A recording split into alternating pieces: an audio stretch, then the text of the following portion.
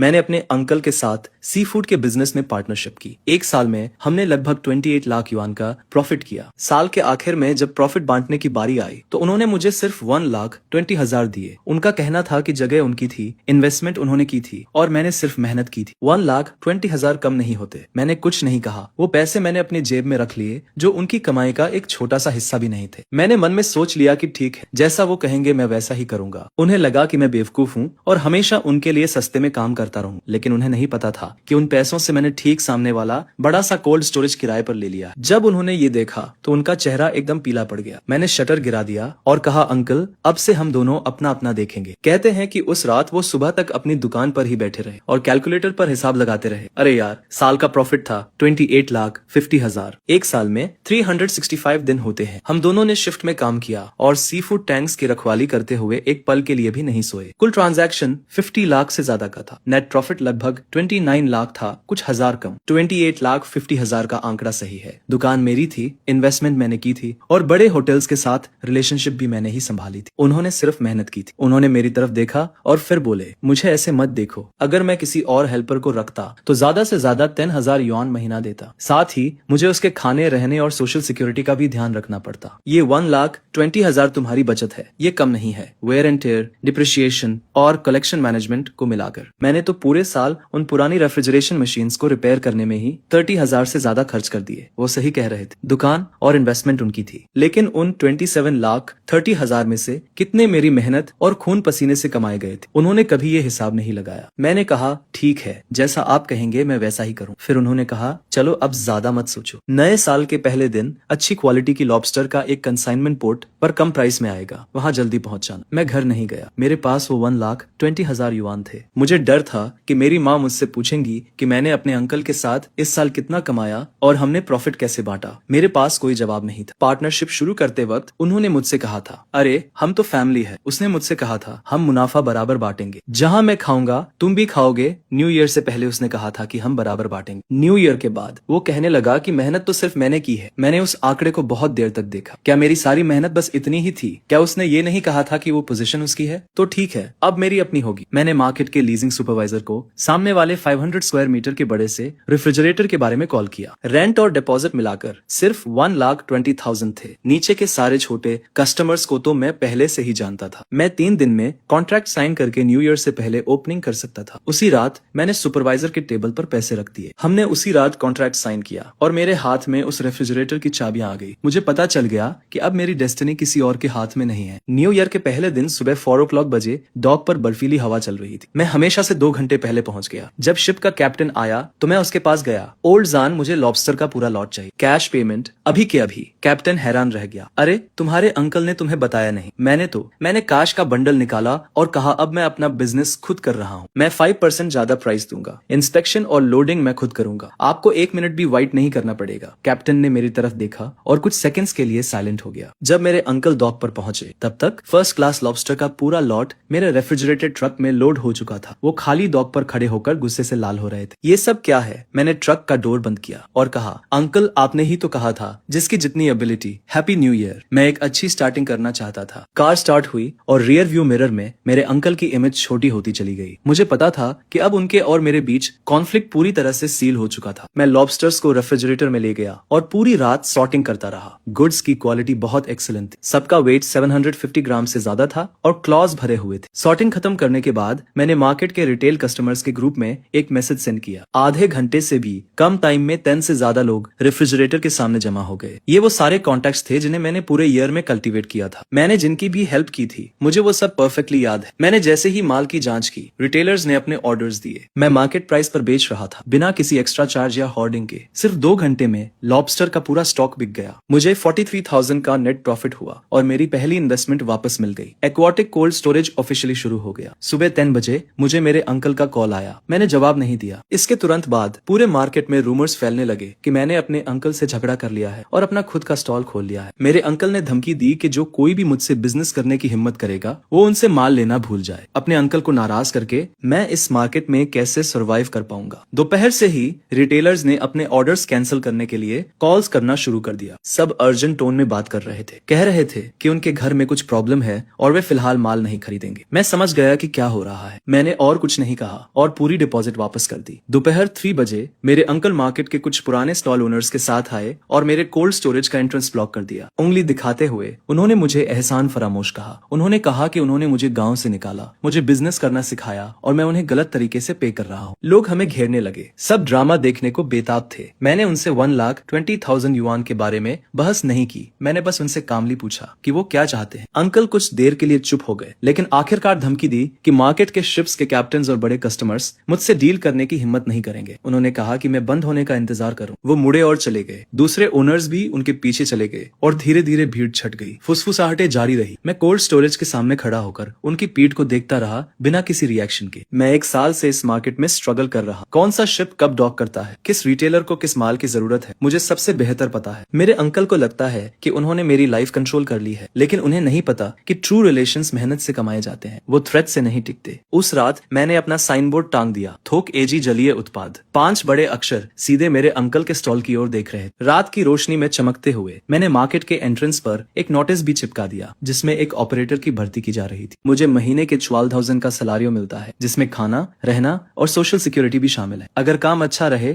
तो साल के अंत में बोनस भी है। अगली सुबह शाओलिन नाम का एक लड़का जॉब के लिए अप्लाई करने आता है। वो अपने गांव से पहली बार काम करने निकला था, जिसकी आंखों में वही चाहत दिखती है जो सालों पहले मेरी आंखों में थी। मैंने उसके हाथों को देखा जो वर्क से भरे हुए थे। वो हार्ड वर्क करने वाला इंसान था। मैंने उसे तुरंत हायर कर लिया और कहा कि आज दोपहर से काम शुरू कर दो। शाओलिन के जाने के बाद मैं कोल्ड स्टोरेज में इन्वेंटरी चेक करने लगा। रेफ्रिजरेशन मशीन्स की आवाज आ रही थी। टेम्परेचर 5 डिग्री से नीचे स्टेबल था। मैंने अपने अंकल की दुकान को देखा जो दूसरी तरफ थी। वो जगमगा रही थी, लोग अंदर बाहर आ जा रहे। वो बिजनेस बहुत अच्छा चल रहा था, लेकिन मैं जानता था कि मेरे बिना वो पुरानी रेफ्रिजरेशन मशीन्स ज्यादा दिन नहीं चल पाएंगी। पिछले समर में जब बहुत गर्मी थी तो उन्हें सिर्फ अकाउंट देखना और रिलेशनशिप बनाना आता था। मैंने अपना मोबाइल निकाला और कॉन्टैक्ट लिस्ट खोली। मैंने 1 दर्जन से ज्यादा शिप कैप्टन्स के नंबर सेव किए थे जिनसे मैं इस साल मिला था। मेरे अंकल को लगता है कि लोकल सप्लाई कट करके वो मेरा गला घोंट सकते हैं, लेकिन उन्हें नहीं पता कि ये वर्ल्ड बहुत बड़ा है और यहाँ सिर्फ एक डॉक नहीं है। कोल्ड स्टोरेज से बाहर निकलकर मैंने मेटल शटर गिरा दिया और लॉक लगा दिया। कल सुबह 3 बजे मुझे 200 किलोमीटर दूर नांगन पोर्ट जाना है, जहाँ एक कैप्टन ने मेरे लिए फ्रेश फ्रोजन फिश का एक लॉट रखने का प्रॉमिस किया है। ओपनिंग के तीसरे दिन मेरी मॉम आती है। वो कोल्ड स्टोरेज के सामने एक थर्मोस लेकर खड़ी थी। उनके बाल न्यू ईयर से भी ज्यादा व्हाइट हो गए थे। मैं शाओलिन के साथ सामान काउंट कर रहा और उन्हें देखकर लगभग रजिस्टर बुक गिर ही गया था। मेरी मॉम ने कुछ नहीं कहा, बस थर्मोस को टेबल पर रख दिया। उसमें रिब सूप था जो मुझे सबसे ज्यादा पसंद है। उन्होंने चारों ओर देखा, इस 500 स्क्वायर मीटर के कोल्ड स्टोरेज को देखा और वॉल पर टंगे एजी के साइन को देखा। उनकी आंखें लाल हो गई। तो मैंने शाओलिन को काम करने के लिए कहा और अपनी मॉम के लिए एक चेयर खींच दी। वो चुपचाप बैठी रही। फिर फाइनली मुझसे पूछा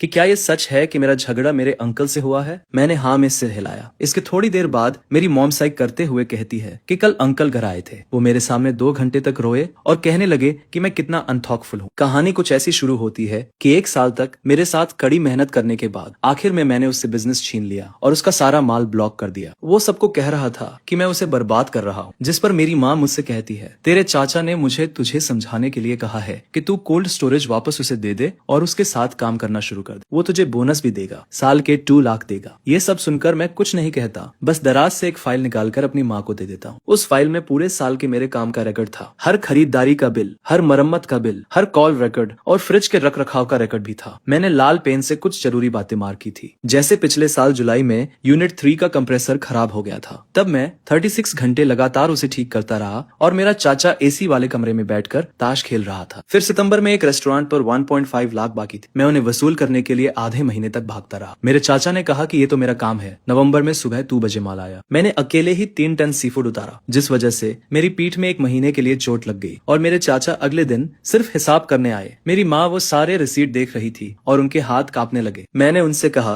कि साल के 365 दिनों में से मेरे चाचा के साथ बारी बारी से काम करने के बाद भी असल में 80% काम तो मैं ही करता था। कुल मिलाकर 50 लाख से ज्यादा का टर्नओवर हुआ और 28.5 लाख का नेट प्रॉफिट हुआ। मेरे चाचा ने मुझे 1.2 लाख दिए और कहा कि मैंने सिर्फ मेहनत की है। मेरी माँ की आंखों में आंसू आ गए। उन्होंने फाइल बंद की, उठी और बिना कुछ कहे मुड़कर चली गई। मुझे पता था कि वो कहाँ जा रही है। शाम को 4 बजे मार्केट में चीख पुकार मच गई। मेरी माँ मेरे चाचा की दुकान के सामने खड़ी होकर चिल्ला रही थी और सबके सामने उससे पूछ रही थी कि उसने 1 साल में वहाँ कितना काम किया है और वो 1.2 लाख कैसे दिए गए। मेरे चाचा के पास कोई जवाब नहीं था। वो शुक्रगुजार होना जानता ही नहीं था। दुकान मेरी थी, कैपिटल मेरा था, वो इतना सब कुछ क्यों चाहता था। मेरी माँ ये सुनकर हंस पड़ी और बोली कि जब उसने ये दुकान खोली थी तो 50,000 का शुरुआती कैपिटल उन्होंने ही दिया था। क्या वो ये कर्ज भूल गया? उसने तेरे साथ 1 साल काम किया और तूने उसे ढंग की सैलरी भी नहीं दी। तुझे जरा भी शर्म नहीं आई उसे साल के आखिर में सिर्फ 1.2 लाख देते हुए? मेरे चाचा का चेहरा गुस्से से लाल हो गया। मैं कुछ कहना चाहता था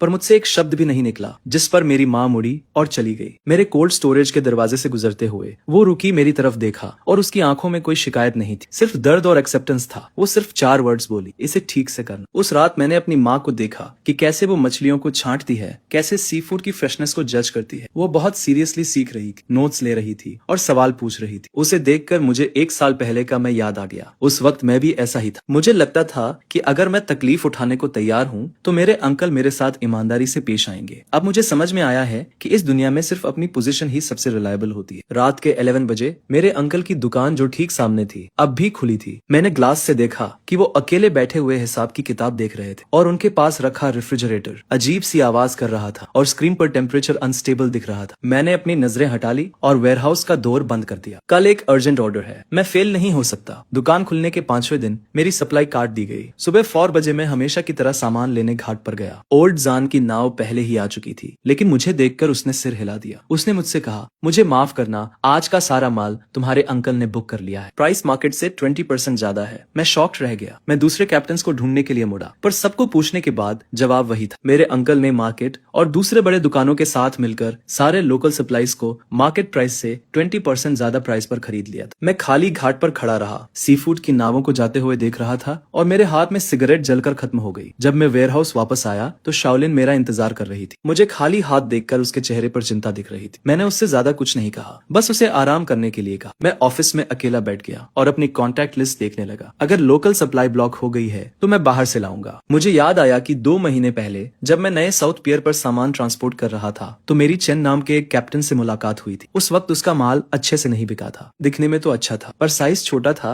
और कोई भी लोकल होलसेलर उसे लेने को तैयार नहीं था। मैंने उसकी मार्केट एनालाइज करने में मदद की। मैंने उसे रिटेल प्राइस कम करने का सुझाव दिया, जिस पर 3 दिन में उसका सारा इन्वेंटरी बिक गया। जाते वक्त बूढ़ा चेन बोला, कभी भी कुछ चाहिए हो तो बेझिझक मांगना। मैंने बूढ़े चेन को फोन किया। फोन बहुत देर तक बजता रहा, फिर उसने उठाया। बूढ़े चेन की आवाज नींद में लग रही थी। मैं सीधा पॉइंट पर आया। मैंने उससे पूछा कि क्या उसके पास रिसेंटली कोई माल आया है। मुझे सारा माल चाहिए था, कैश पेमेंट पर। बूढ़ा चेन कुछ सेकंड्स के लिए चुप हो गया और फिर उसने पूछा कि क्या मुझे कोई प्रॉब्लम हुई है। मैंने उससे कुछ नहीं छुपाया। मैंने उसे अपने अंकल की ब्लॉकिंग के बारे में बताया। ये सुनकर बूढ़ा चेन गुस्सा हो गया और बोला कि ये हरकत बहुत शर्मनाक है। उसने मुझे खबर का इंतजार करने को कहा। फोन रखने के बाद सुबह हो चुकी थी। मैं दोबारा नहीं सोया बल्कि कार ली और सीधा साउथ डॉक की तरफ चल दिया। बिना रुके 3 घंटे ड्राइविंग करने के बाद मैं साउथ डॉक पर पहुंचा। सुबह के 10 o'clock बज रहे थे और बूढ़ा चेन पहले से ही एक शिपिंग ट्रक के पास मेरा इंतजार कर रहा था। कार्गो कंपार्टमेंट में ताजी सी फूड भरी हुई थी, जिस पर बूढ़ा चेन मुझे माल इंस्पेक्ट करने के लिए ले गया। ये खेप अभी अभी पोर्ट पर पहुंची थी। कोरल ग्रुपर और हैरी क्रैब थे। क्वालिटी बहुत हाई तो नहीं थी, लेकिन फ्रेशनेस बहुत अच्छी थी। उनके गिल्स अभी भी ब्राइट रेड थे और क्रैब्स के लेग्स स्ट्रॉन्ग थे। मैंने तुरंत डिसाइड किया और सब कुछ खरीद लिया। मैंने 1,80,000 युआन ट्रांसफर कर दिए। उसी वक्त बूढ़े चेन को अपने फोन पर पेमेंट का नोटिफिकेशन मिल गया। उसने मेरी पीठ थपथपाई और कहा, तुम में हिम्मत है। तुम्हारे अंकल जैसे लोग देर सवेर बुरे फंसेंगे। अब से तुम्हें माल चुनने में प्रायोरिटी मिलेगी। मैंने बूढ़े चेन से बहुत देर तक बात की। उसने मुझे बताया कि साउथ डॉक को रिसेंटली ही डेवलप किया गया है और कई लोकल होलसेलर्स को अभी तक इस रूट के बारे में पता नहीं। यहाँ सप्लाई स्टेबल है और प्राइसेस नॉर्थ से 10% कम है। इसके अलावा शिप्स के कैप्टन्स ईमानदार और स्ट्रेट फॉरवर्ड लोग हैं। मुझे और भी कॉन्फिडेंस हुआ। मेरे अंकल को लगा कि लोकल डॉक को कंट्रोल करके वो मुझे घुटने टेकने पर मजबूर कर देंगे, लेकिन उन्हें नहीं पता कि ये समुद्र बहुत बड़ा है। यहाँ 1 से ज्यादा डॉक्स हैं। मैं ट्रक भरकर वापस मार्केट पहुंचा और शाओलिन पहले से ही कोल्ड स्टोरेज के डोर पर मेरा वेट कर रहा था। जैसे ही मैंने ट्रक देखा मेरी आंखें चमक उठी। हम लोगों ने पूरी रात माल उतारा। फिर हमने कोरल ग्रुपर और हैरी क्रैब के लॉट को छाटा और तौला। हालांकि वो फर्स्ट क्लास नहीं थे, लेकिन उनकी ताजगी बहुत अच्छी थी और मार्केट प्राइस से 5% कम थे। मैंने तुरंत अपने कुछ पुराने कस्टमर्स को कॉल किया। उन्हें माल की जरूरत थी और उन्होंने वहीं पर ऑर्डर्स दे दी। उसी रात 10 बजे तक आधा से ज्यादा माल बिक चुका था, जिससे मुझे 1,50,000 युआन मिले। अगली सुबह मैं फिर से साउथ पियर पर गया। इस बार ओल्ड चेन ने मुझे 2 और कैप्टन से मिलवाया जो ओपन सी में और भी ज्यादा स्टेडी सप्लाई के साथ ऑपरेट करते थे। मैंने उनके साथ कोलैबोरेशन करने का इंटेंशन डिस्कस किया और प्रॉमिस किया कि जब तक क्वालिटी अच्छी रहेगी मैं सब कुछ कैश में पे करूंगा, कोई डिले नहीं होगा। ये सुनकर तीनों कैप्टन्स ने थोड़ी देर तक आपस में बात की और फाइनली मान गए। उनमें से एक, जिसका सुरनेम वोंग था, उसने कहा, वाह, इतनी कम उम्र में अपने अपने दम पर लॉन्च करने के लिए तुम्हारे अंदर बहुत हिम्मत है, तुम्हारे अंदर डिटर्मिनेशन है। हम जो सेलिंग करते हैं वो रेप्यूटेशन को सबसे ऊपर रखते हैं। अगर तुम कैश पेमेंट्स मेंटेन रखते हो तो हम तुम्हें सप्लाई में प्रायोरिटी देंगे। मैंने उन सभी से हैंडशेक किया और फाइनली मेरे ऊपर से एक बहुत बड़ा बोझ उतर गया। शहर जाते वक्त मुझे शाओलिन का कॉल आया। उसने मुझे बताया कि मेरे अंकल आज वेयरहाउस के सामने थे। उन्होंने कई चक्कर लगाए और देखा कि हम कैसे माल अनलोड कर रहे थे और उनका चेहरा बहुत डार्क लग रहा था। कुछ रिटेलर्स भी आकर पूछ रहे थे कि हम माल कहाँ से ला रहे हैं और मार्केट से भी कम प्राइस में क्यों दे रहे हैं। मैंने फोन कट किया और विंडो के पीछे से गुजरते लैंडस्केप को देखने लगा। मेरे अंकल को लगता था कि लोकल प्राइस बढ़ाकर वो मुझे फोर्स कर सकते हैं कि मैं यहाँ से चला जाऊं, लेकिन उन्हें अंदाजा भी नहीं था कि वो जितना मुझे ब्लॉक करेंगे मेरा रास्ता उतना ही चौड़ा होता जाएगा। एक बार साउथ पियर से सप्लाई स्टेबल हो गई तो मेरी कॉस्ट उनसे 10% कम थी और प्राइस का एडवांटेज तुरंत ऑब्वियस हो गया। आखिर में मैं कॉर्नर नहीं होऊंगा। साउथ पियर से सप्लाई स्टेबल करने के बाद मेरा कोल्ड स्टोरेज का बिजनेस बहुत अच्छा चलने लगा। लगातार एक वीक तक मैं सुबह 3 बजे साउथ पियर पर माल लेने जाता था और सुबह 10 बजे से पहले मार्केट लौट आता था। ये प्रोडक्ट्स बहुत फ्रेश थे और लोकल प्रोडक्ट्स से 10% सस्ते थे। रिटेलर्स ने एडवांटेज को टेस्ट किया और ऑर्डर्स लगातार बढ़ते गए। 10वें दिन बूढ़ा चेन मुझे फोन करता है और कहता है कि वो मुझसे एक जरूरी बात करना चाहता है, जिस पर मैं उसी शाम उससे मिलने चला जाता हूँ। बूढ़ा चेन मुझे डॉक पर एक खाने की दुकान पर ले जाता है, कई डिशेस ऑर्डर करता है और 2 ग्लास शराब डालता है। वो सीधे मुद्दे पर आता है और कहता है, मुझे तुम एक भरोसेमंद आदमी लगते हो। मैं तुम्हारे साथ एक एक्सक्लूसिव सप्लाई एग्रीमेंट साइन करना चाहता हूँ। मैं चॉपस्टिक्स रखता हूँ और उसकी तरफ देखता हूँ। बूढ़ा चेन बताता है, अभी साउथ डॉक पर 5 शिप्स काम कर रही है, मेरी लाओ हैंग की और ओजाओ की। हमारी 3 शिप्स मिलकर आधा वॉल्यूम कवर करती है। मैंने तुम्हें ऑब्जर्व किया है और देखा है कि तुम हमेशा काश में पेमेंट करते हो। तुम इंस्पेक्शन में प्रोफेशनल हो और कभी शिकायत नहीं करते। हमने आपस में सलाह की है और हम तुम्हें प्रायोरिटी देने को तैयार है, लेकिन एक शर्त है, तुम्हें हर हफ्ते कम से कम 2 लाख युआन की खरीद की गारंटी देनी होगी। साथ ही प्राइस बाकी सबसे 5% कम होगा। मैं कैलकुलेशन करता हूँ, 2 लाख युआन का वॉल्यूम अभी मेरे लिए काफी प्रेशर वाला है, लेकिन अगर मुझे एक्सक्लूसिविटी मिल जाती है तो ये सप्लाई चेन के दिल को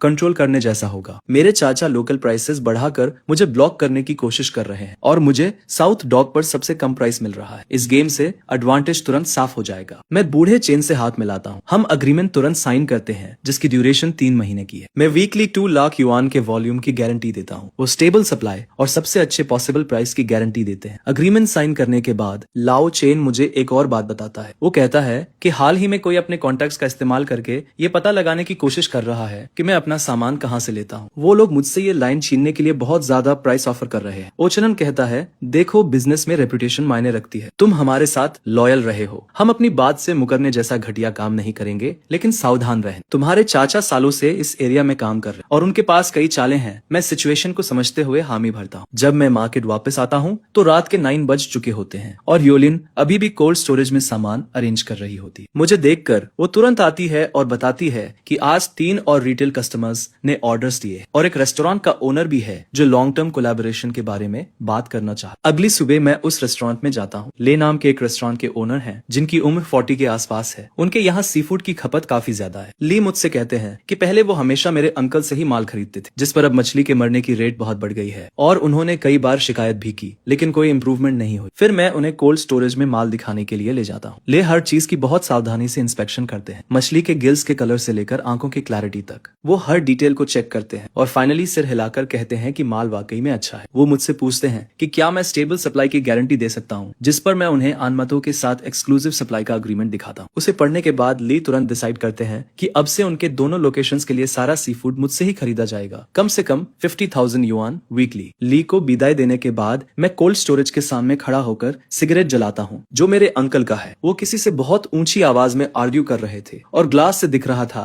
कि कई बॉक्सेस मरी हुई मछलियों के जमीन पर पड़े हैं। टेम्परेचर अनस्टेबल है और ज्यादातर माल खराब हो रहा है। मैं कुछ नहीं कहता, बस सामने देखता रहता हूँ। मुझे वो रेफ्रिजरेशन मशीन्स रटी हुई है। यूनिट नंबर 3 का कंप्रेसर पुराना है, हर 4 घंटे में टेम्परेचर चेक करना पड़ता है और यूनिट नंबर 2 के कंडेंसर में क्रैक है। जैसे ही समर में लोड बढ़ता है वो गैस लीक करना शुरू कर देता है। मुझे ये सारी डिफेक्ट्स पता है, इसलिए पिछले साल मैं मरी हुई मछली की रेट 3% से कम रखने में सक्सेसफुल रहा। लेकिन मेरे अंकल को ये सब समझ नहीं आता। उन्हें बस अकाउंट का हिसाब और अपनी इन्फ्लुएंस की बातें करना आता है। उन्हें इन मशीन्स की क्वर्क्स का कोई आइडिया नहीं है। मेरे बिना उनकी कंपनी एक ऐसी मशीन की तरह है जिसमें पार्ट्स मिसिंग है। देखने में लगता है कि वो अभी भी काम कर रही है, लेकिन असल में वो कोलैप्स होना शुरू हो गई। उसी रात मेरे वेयरहाउस का डेली कैश फ्लो पहली बार 1 लाख से ज्यादा हो जाता है। जाओलिन एक्साइटमेंट से अकाउंट बुक दिखाता है और कहता है, बॉस इस महीने तो हम जरूर प्रॉफिट कमाएंगे। मैं बुक में नंबर्स देखता हूँ, लेकिन मैं बहुत काम फील करता हूँ। मेरे अंकल के लिए 1 लाख का फ्लो कुछ भी नहीं है। अपने प्राइम टाइम में वो एक दिन में 3 लाख तक कमाते थे। नानमतो से सप्लाई अब स्टेबल हो चुकी है और बड़े क्लाइंट्स भी जुड़ने लगे हैं। अब टाइम है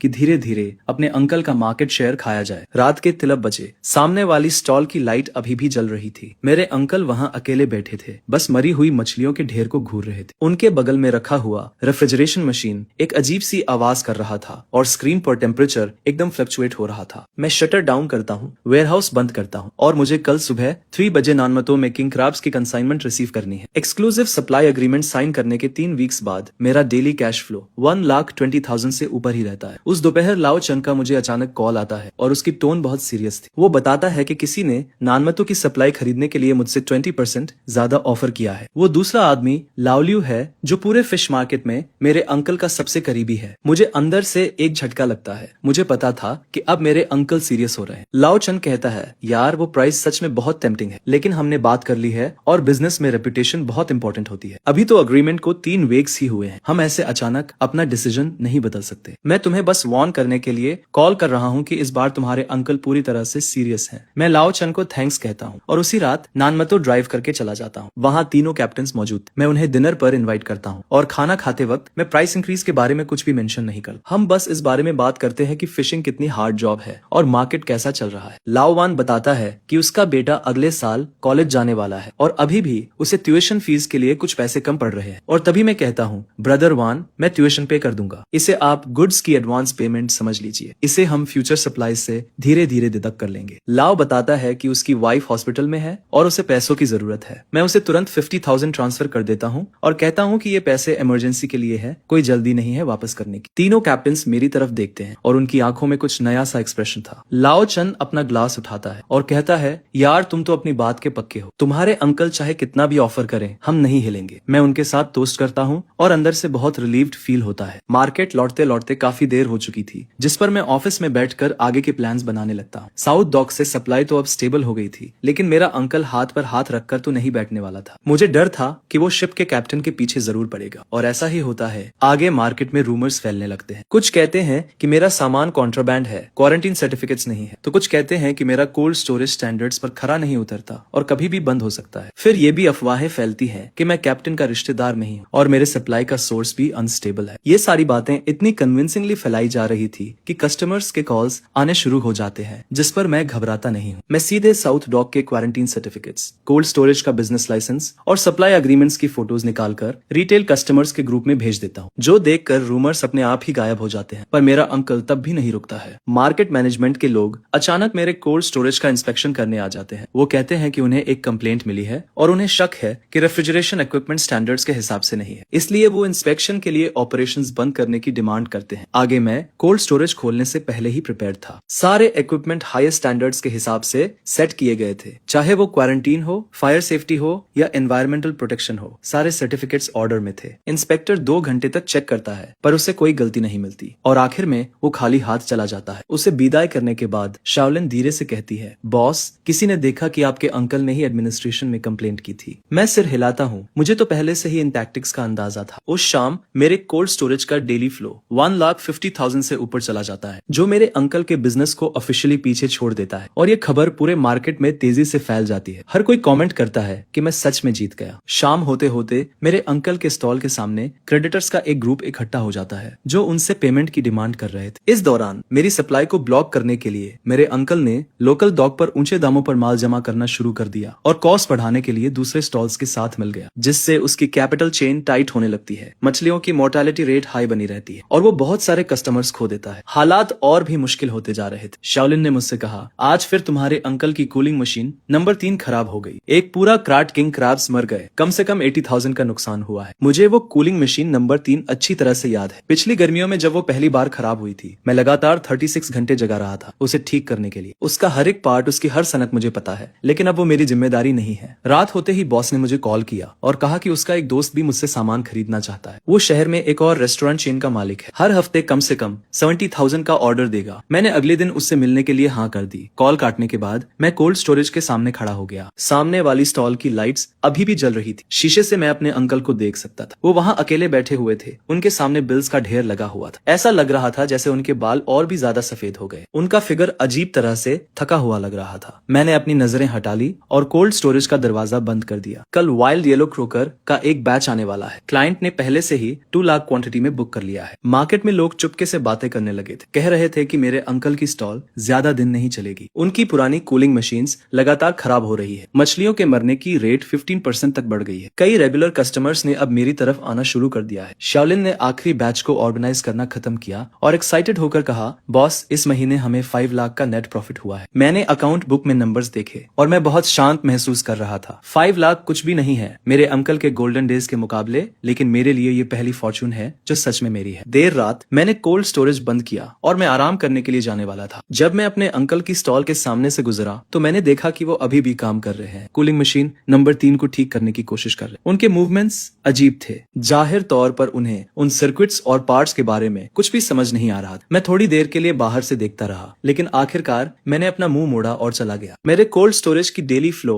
जब 1,50,000 पर स्टेबल हो गई तो मेरे अंकल ने प्राइस वॉर शुरू कर दी। अगली सुबह मार्केट में अचानक ये खबर फैल गई, मेरे अंकल की स्टॉल पर सारे सी फूड्स 20% डिस्काउंट पर मिल रहे हैं। एक लॉस पर लिक्विडेशन। कई रिटेलर्स को जैसे ही पता चलता है वो तुरंत अपनी पोजीशन पर भाग जाते हैं। तभी शाओलिन मुझसे आकर पूछता है, बॉस क्या हमें भी कीमतें कम कर देनी चाहिए? जिस पर मैं उसे मना कर देता हूँ। असल में मैं जानता हूँ कि मेरे चाचा क्या कर रहे हैं। वो मुझे प्राइस वॉर में फंसाकर बर्बाद करना चाहते हैं, जिससे मैं कीमतें कम करने पर मजबूर हो जाऊं और या तो मेरा नुकसान हो या फिर मेरे कस्टमर्स चले जाएं। पर वो एक बात भूल गए, मेरा कॉस्ट उनसे 10% कम है और मेरी सप्लाई भी ज्यादा स्टेबल है। और सबसे बड़ी बात, मुझे उनसे कीमतों में कम्पीट करने की कोई जरूरत नहीं है। मैं शाओलिन को कुछ थर्मल बॉक्सेस और रेफ्रिजरेटेड डिलीवरी व्हीकल्स खरीदने के लिए कहता हूँ। मैं अपनी सर्विस को बेहतर बनाने वाला हूँ। अब मैं हाई एंड रूट पर जाऊंगा जिसमें 0 मोर्टेलिटी और ऑन टाइम डिलीवरी होगी। शाओलिन को ये बात समझ नहीं आती। वो कहता है कि आजकल तो सब कीमतों के लिए कम्पीट कर रहे हैं, ऐसे में ये सब करना कितना सही है। जिस पर मैं कहता हूँ कि प्राइस वॉर के आखिर में यही मायने रखता है कि कौन ज्यादा देर तक टिकता है। उनके साथ खुद को थकाने से बेहतर है कि मैं कोई और रास्ता अपनाऊं। अगले 3 दिनों तक मैं कीमतें कम नहीं करता, बल्कि अपनी पूरी एनर्जी सर्विस पर लगा देता हूँ। वेयर हाउस से निकलने वाले हर लॉट को मैं खुद चेक करता हूँ ताकि एक भी मरी हुई मछली ना हो। और डिलीवरी टाइम भी एकदम प्रिसाइज है। कस्टमर को जब सामान चाहिए उसे आधे घंटे के अंदर मिल जाना चाहिए। शुरू में कुछ रिटेलर्स मेरे चाचा की कम कीमतों से अट्रैक्ट जरूर होते हैं, लेकिन बहुत जल्द ही दिक्कतें शुरू हो जाती है। कीमतें कम रखने के लिए मेरे चाचा छोटे डॉग्स से घटिया सामान खरीदने लगते हैं और उनके रेफ्रिजरेटर्स भी ठीक नहीं है, जिसकी वजह से मछलियों की मोर्टेलिटी रेट बहुत ज्यादा बढ़ जाती है। कई रिटेलर्स को जब सामान मिलता है तो उन्हें पता चलता है कि देखने में तो उन्होंने 20% बचा लिए, लेकिन एक्चुअल कॉस्ट कैलकुलेट करने पर उनका नुकसान हो रहा है। 5वें दिन कुछ रिटेलर्स मेरे पास वापस आने लगते हैं। वो कहते हैं कि उन्हें थोड़ा ज्यादा पे करने से कोई दिक्कत नहीं, लेकिन क्वालिटी सबसे ज्यादा जरूरी है। मैं ज्यादा कुछ नहीं कहता, बस सप्लाई और सर्विस देने में लगा रहता हूँ। तभी मिस्टर ली का कॉल आता है और वो बताते हैं कि उनके दोस्त ने इवेल्युएट करके फैसला किया है कि वो अपने सारे सी फूड ऑर्डर्स मुझे ही देंगे। ये शहर के सबसे बड़े चेन होटल्स में से एक है, जिसका वॉल्यूम कम से कम 1 लाख हर हफ्ते का है। उस आदमी ने मुझसे कहा, अरे मेरा दोस्त भी तुम्हारे चाचा के पास गया था, लेकिन उसका माल ठीक नहीं था और उसमें बहुत मरी हुई मछलियां थी। हालांकि तुम्हारे दाम थोड़े ज्यादा है, पर तुम्हारी मछलियां मरी हुई नहीं होती और तुम समय पर डिलीवरी करते हो, जो होटल्स के लिए सबसे जरूरी है। फिर वो आगे बताता है, मैं मिस्टर ली के दोस्त से मिला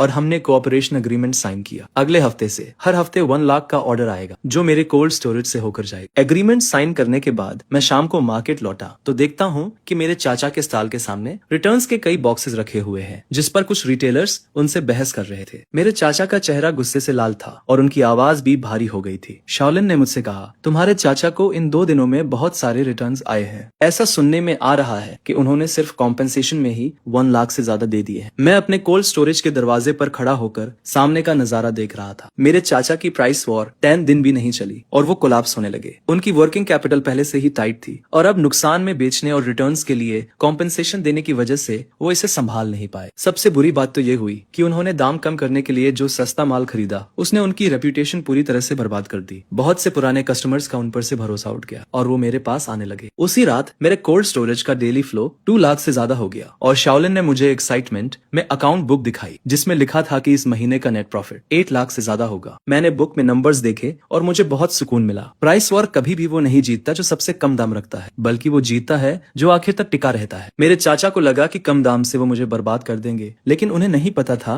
कि असली किला तो क्वालिटी और सर्विस होती। रात को बहुत देर तक सामने वाले स्टॉल की लाइट जलती रही। मेरे चाचा वहां अकेले बैठे हुए थे और उनके सामने बिल्स और रिटर्न नोट्स का ढेर लगा हुआ था। उनका फोन लगातार बज रहा था। जरूर क्रेडिटर्स होंगे जो अपना पैसा मांग रहे होंगे। मैंने अपने अपने कोल्ड स्टोरेज का दरवाजा बंद किया और आराम करने की तैयारी करने लगा। कल ऑस्ट्रेलियन लॉबस्टर्स का एक और बैच आने वाला है। मिस्टर ली के दोस्त के होटल का पहला ऑर्डर है और मैं कोई गलती नहीं कर सकता। मार्केट से बाहर निकलते वक्त मैंने एक बार पीछे मुड़कर देखा। रात के अंधेरे में मेरे चाचा की दुकान एकदम सुनसान लग रही थी और वो साइन जो 10 सालों से वहाँ लटका हुआ था हवा में झूल रहा था और एक अजीब सी आवाज कर रहा। मार्केट में लोग दबी आवाज में बातें करने लगे थे कि इस बार मेरे चाचा ने कुछ ज्यादा ही कर दिया। प्राइस वॉर में उन्होंने एक को नहीं बल्कि खुद को ही बर्बाद कर लिया है। कुछ लोग तो ये भी कह रहे थे कि अगर ऐसा ही चलता रहा तो मेरे चाचा की दुकान इस महीने भी नहीं टिक पाएगी। मैं इन बातों में बिल्कुल शामिल नहीं हुआ, बस चुपचाप अपना काम करता रहा। अगली सुबह ऑस्ट्रेलियन लॉबस्टर का वो शिपमेंट समय पर आ गया। मैंने खुद माल चेक किया, उसे छाटा और फिर डिस्ट्रीब्यूट किया। एकदम परफेक्ट सर्विस थी। मिस्टर ली के दोस्त को जब माल मिला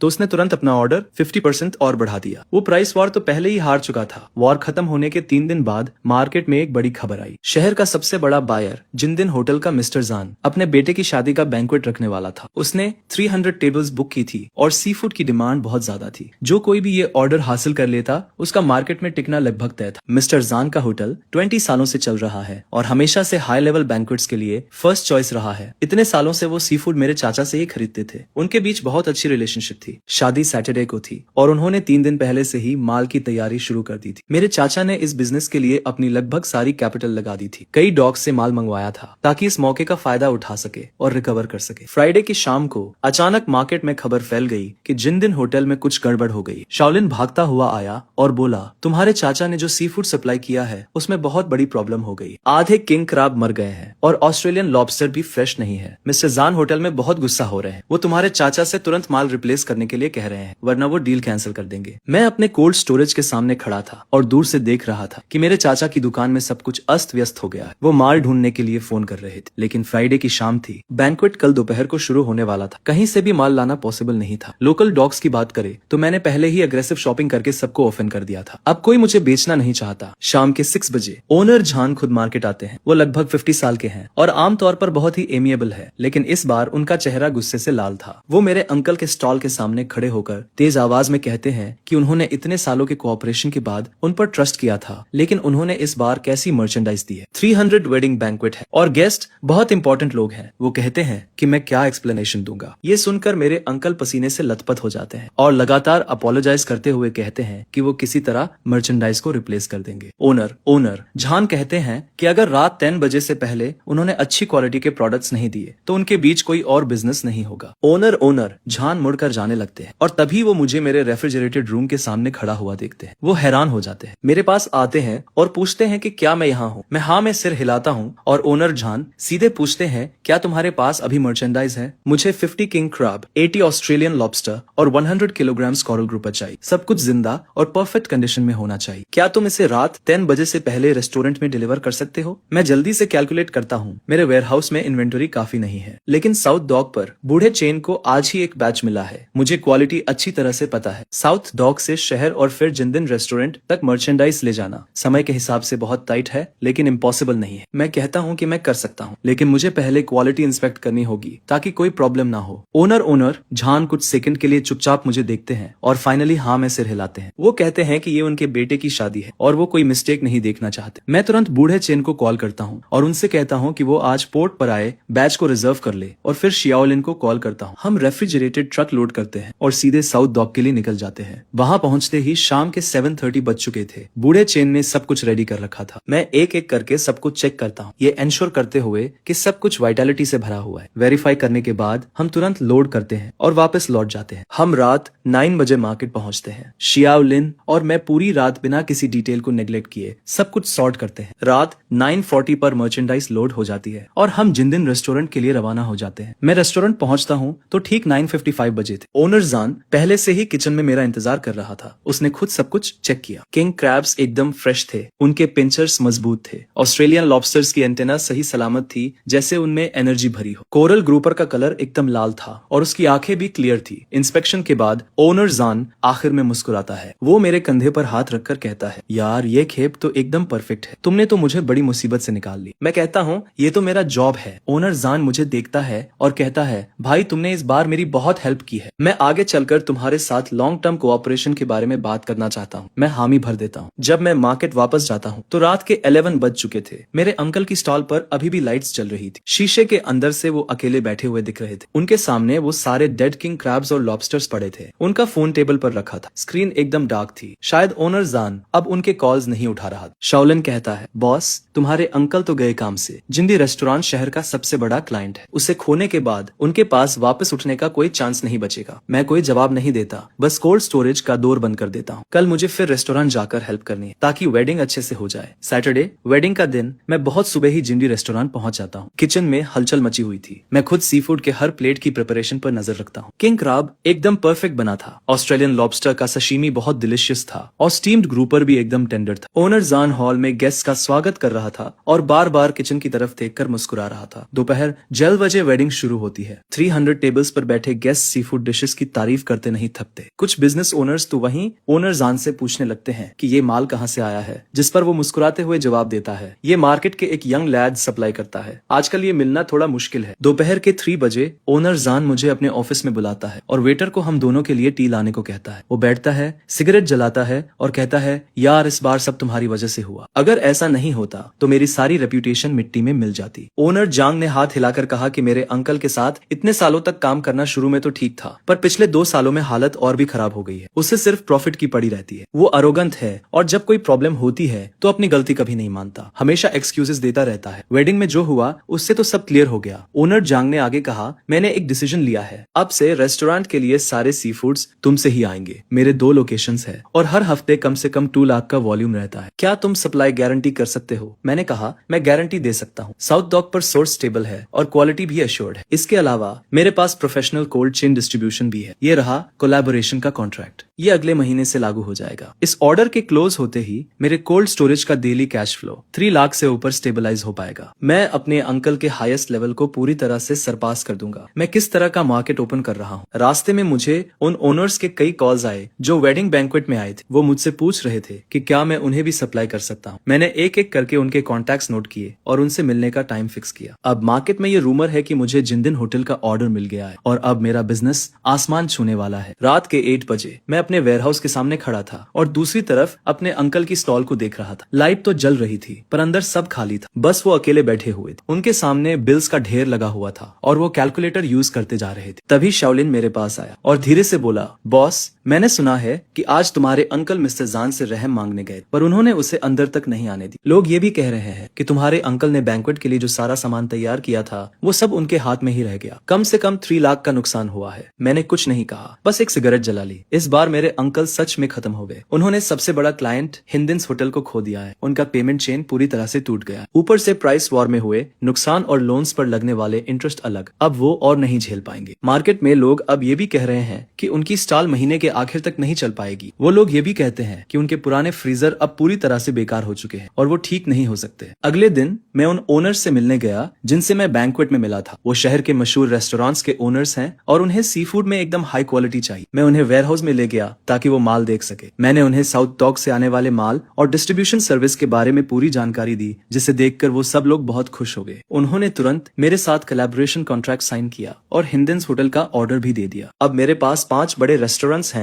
जिनके साथ मेरा लॉन्ग टर्म कोऑपरेशन है और हर हफ्ते 4 लाख से ज्यादा का वॉल्यूम है। ये देखकर शाओलिन बहुत खुश होकर मुझसे कहता है, बॉस अब तो हम सच में आगे बढ़ रहे हैं। मैंने अपने हाथों में कॉन्ट्रैक्ट देखा और मुझे सुकून मिला। सिर्फ 2 महीनों में 1,20,000 से इतना ज्यादा। मैंने ना सिर्फ खुद को मजबूत किया है बल्कि मार्केट में सबसे अच्छे क्वालिटी वाले क्लाइंट्स भी हासिल कर लिए हैं। उसी शाम मैं साउथ डॉक पर लाओचन और बाकी लोगों से बात करने गया। उनसे मैंने सप्लाई बढ़ाने के बारे में बात, जिस पर लाओचन ने कहा कि कोई प्रॉब्लम नहीं है, उनके पास 2 और शिप्स तैयार हैं। वो लोग सप्लाई को एकदम स्टेबल रखना चाहते हैं। जब मैं मार्केट वापस आया तो शाम हो चुकी थी। तभी मुझे मेरे चाचा का स्टॉल दिखा। वहाँ कुछ लोग खड़े थे जो उनसे अपने पैसे मांग रहे थे और वो लोग बहुत चिल्ला रहे थे। मेरे चाचा वहाँ खड़े थे। उनके बाल बिखरे हुए थे और उनका चेहरा पीला पड़ गया था। ऐसा लग रहा था जैसे वो 10 साल बूढ़े हो गए हो। शाओलिन ने मुझसे कहा, बॉस मैंने सुना है कि तुम्हारे चाचा आज बैंक में लोन लेने गए थे पर उन्होंने मना कर दिया। अब उन पर 10 लाख से ज्यादा का कर्ज है और वो उसे चुका नहीं पाएंगे। मैंने कुछ नहीं कहा, मैं सीधा वेयर हाउस चला गया और अपना काम करने लगा। कल एक और ऑर्डर पूरा करना है और हम पीछे नहीं रह सकते। हिंदिन्स होटल का ऑर्डर मिलने के बाद मेरे वेयर हाउस का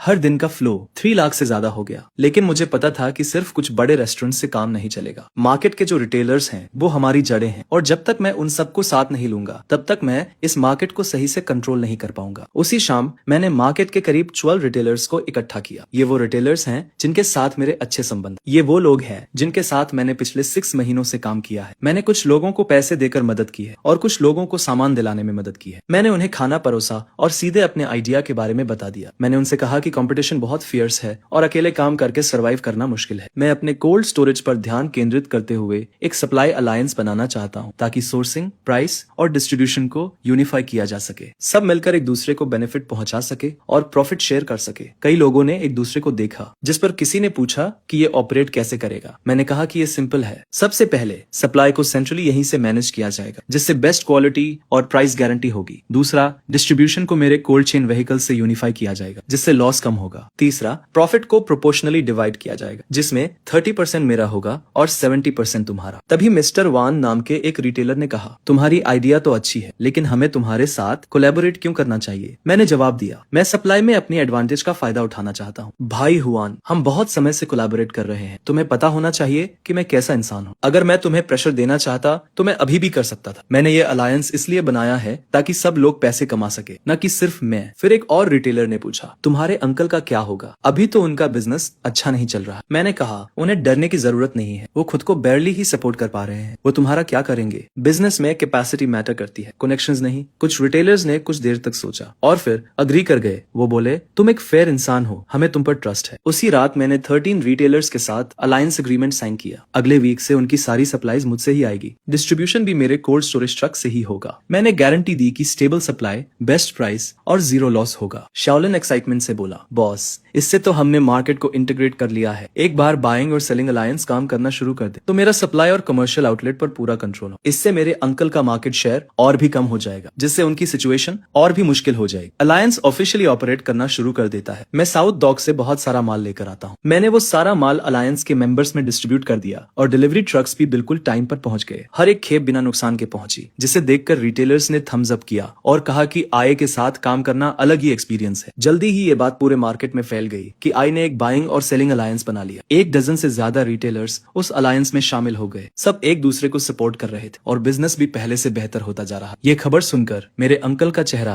और भी उतर गया। मार्केट में उनका शेयर मेरी वजह से पहले ही कम हो गया था, जिस पर अब रिटेलर्स के साथ मिलकर मैंने उनकी रही सही कॉम्पिटिटिवनेस भी खत्म कर दी। तभी मेरे बगल में खड़े एक आदमी ने मेरे अंकल से कहा, अब हम आई के साथ काम करते हैं, सप्लाई भी स्टेबल है और प्राइसेस भी फेयर हैं। हम वापस तुम्हारे पास क्यों आए? मैंने कुछ नहीं कहा और मैं बस अपने काम में लगा रहा। उसी शाम मुझे ओल्ड चन का कॉल आया। उसने बताया कि साउथ डॉक पर 2 और नए शिप्स आ गए हैं और सप्लाई पहले से कहीं ज्यादा अबंडेंट है। उसने मुझसे पूछा कि क्या मैं सप्लाई का वॉल्यूम बढ़ा सकता हूँ। उनके पास बहुत सारा माल पड़ा हुआ है और उन्हें स्टेबल आउटलेट्स की जरूरत है। मैंने कहा कि कोई प्रॉब्लम नहीं है। अब अलायंस के साथ मेरे सेलिंग चैनल्स पूरी तरह से ओपन है। मैं कितना भी माल अब्सॉर्ब कर सकता हूँ। कॉल रखने के बाद मैं कोल्ड स्टोरेज के दरवाजे पर खड़ा हो गया और अपने अंकल के स्टॉल को देखने लगा जो सामने ही था। वो एक क्रेडिटर से आर्ग्यू कर रहे थे। आवाज बहुत ऊंची थी। क्रेडिटर उनका चेहरा पॉइंट करते हुए चिल्ला रहा था कि अगर उधार लिया है तो वापस करना होगा और एक्सक्यूजेस बनाना बंद करो। मेरे अंकल, जिनका चेहरा गुस्से से लाल हो रहा था, लगातार खुद को एक्सप्लेन करने की कोशिश कर रहे थे और कुछ और दिन का टाइम मांग रहे थे। वो स्वेयर कर रहे थे कि वो पे करने का कोई रास्ता ढूंढ लेंगे, लेकिन क्रेडिटर सुनने को तैयार नहीं था और उसने सीधे थ्रेटन किया, अगर तुमने इस वीक तक पे नहीं किया तो मैं तुम्हें कोर्ट में रिपोर्ट कर दूंगा। शाओलिन मेरे पास आया और धीरे से बोला, बॉस मैंने सुना है कि आपके अंकल का डेट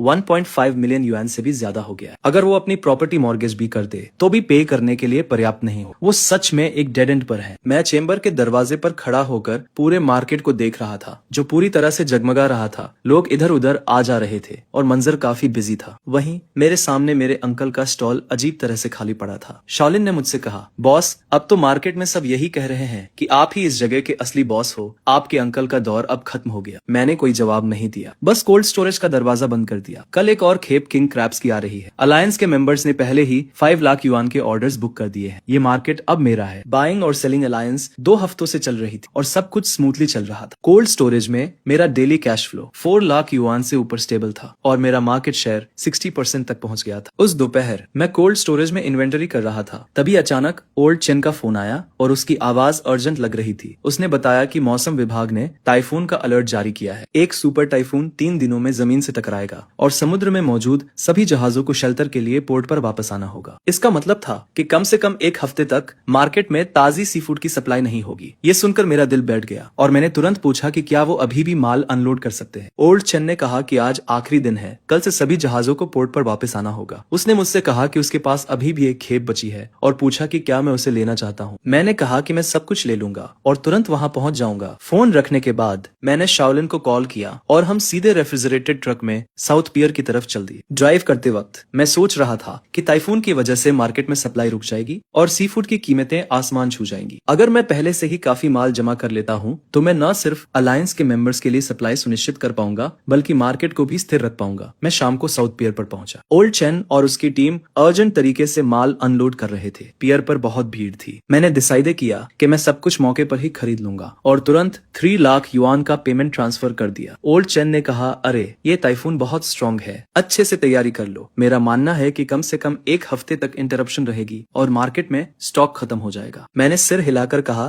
कि सब कुछ कंट्रोल में है, मैं रात में ही सारा माल वापस मार्केट ले जाता हूँ। जब हम सब कुछ खत्म करते हैं तब रात के 11 बज चुके थे। शाओलिन और मैं सॉर्टिंग, पैकिंग और स्टोरेज करने लगते हैं। मैं कोल्ड स्टोरेज के बैकअप जनरेटर को अच्छी तरह से चेक करता हूँ ताकि तूफान के दौरान पावर कट ना हो जाए। अगली सुबह पूरे मार्केट में तूफान की अफवाहें फैलने लगती है। बहुत सारे स्टॉल ओनर्स अर्जेंट स्टॉक जमा करने की कोशिश कर रहे थे, लेकिन ज्यादातर शिप्स पहले ही पोर्ट पर वापस आ चुके थे, जिस वजह से कुछ भी खरीद पाना इम्पॉसिबल था। शाओलिन मुझसे कहता है, बॉस, मार्केट में हर कोई सामान पाने के लिए डेस्परेट है और प्राइसेस पहले ही 30% तक बढ़ चुके हैं। मैं उसे जवाब देता हूँ, चिंता मत करो, पहले अलायंस मेंबर्स के लिए सप्लाई सिक्योर करते हैं और फिर देखते हैं कि सरप्लस का क्या करना है। मैं अलायंस के मेंबर्स को एक मीटिंग के लिए बुलाता हूँ। मैं उनसे कहता हूँ कि तूफान आने वाला है और मार्केट में कम से कम 1 हफ्ते तक सप्लाईज खत्म हो जाएंगी, लेकिन मैंने पहले से ही पर्याप्त स्टोरेज कर लिया है जिससे उनकी सप्लाईज अफेक्टेड नहीं होंगी और प्राइसेस भी नहीं बढ़ेंगे। कई छोटे ट्रेडर्स राहत की सांस लेते हैं। वो कहते हैं, वहाँ तुम्हारी दूरदर्शिता तो कमाल की है, वरना हम सबको तो बंद ही करना पड़ता। मीटिंग के बाद दूसरे स्टॉल ओनर्स भी मुझे ढूंढने लगते हैं और ऊंचे प्राइसेस पर सामान खरीदना चाहते हैं, लेकिन मैं उन सभी को ये कहकर रिजेक्ट कर देता हूँ कि प्रायोरिटी अलायंस मेंबर्स की है। दोपहर में मुझे पता चलता है कि मेरे अंकल भी सामान जमा कर रहे। शाओलिन मुझे बताता है कि मेरे अंकल ने हाई इंटरेस्ट लोन लिया है और छोटे पोर्ट्स पर हाई प्राइसेस पर बड़ी मात्रा में सामान खरीदा है, इस उम्मीद में कि वो तूफान के दौरान एक बड़ी फॉर्च्यून कमाएंगे और रिकवर कर लेंगे। ये सुनकर मेरा दिल डूब जाता है। मेरे अंकल सब कुछ एक ही चाल में दांव पर लगा रहे थे, लेकिन उनकी पुरानी रेफ्रिजरेशन मशीन्स इतनी बड़ी मात्रा में लोड सहन नहीं कर पाएंगी। अगर कुछ गलत हो गया तो लॉसेस बहुत ज्यादा होंगे। शाम को